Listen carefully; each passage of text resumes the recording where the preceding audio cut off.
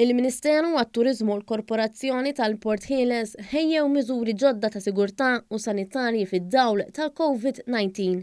Dawn saru skont direttivi tal-awtoritajiet tas-saħħa. F'messaġġ lill-midja l-Ministru Ġulja Farrugia Portelli spjegat li l-operat tal-Port Ħieles huwa essenzjali għaliex minnu jgħaddu numru ta' servizzi kruċjali.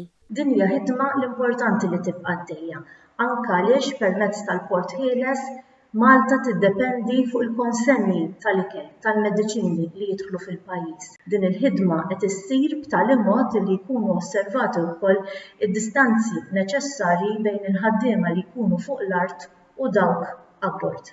Bil-miżuri l-ġodda kull kaptan ta' bastiment qabel jidħol fl-ibħra territorjali Maltin irid jipprovdi dikjarazzjoni dwar jekk abbord hemmx persuni morda.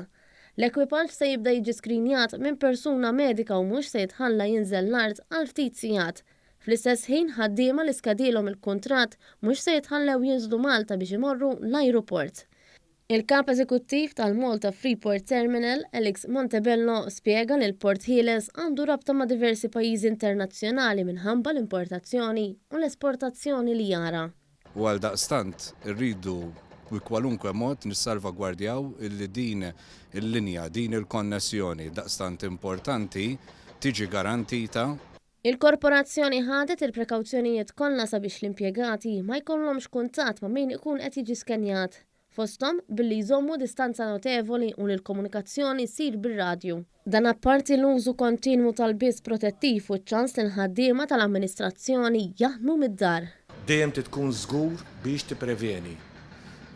Miżuri oħra li ħadna bħal awtorità hawnhekk aħna minn tagħna li waqqafna dejjem il-liaising mal-awtoritajiet tas-saħħa, onshore u offshore crew changes li jkun hawn.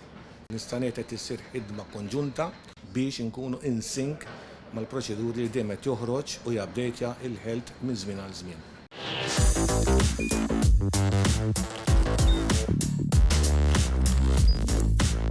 Idħol fuq one.com.mt u hemmhekk tista' tara l-programmi kollha li jxandru fuq One permezz ta' One Play.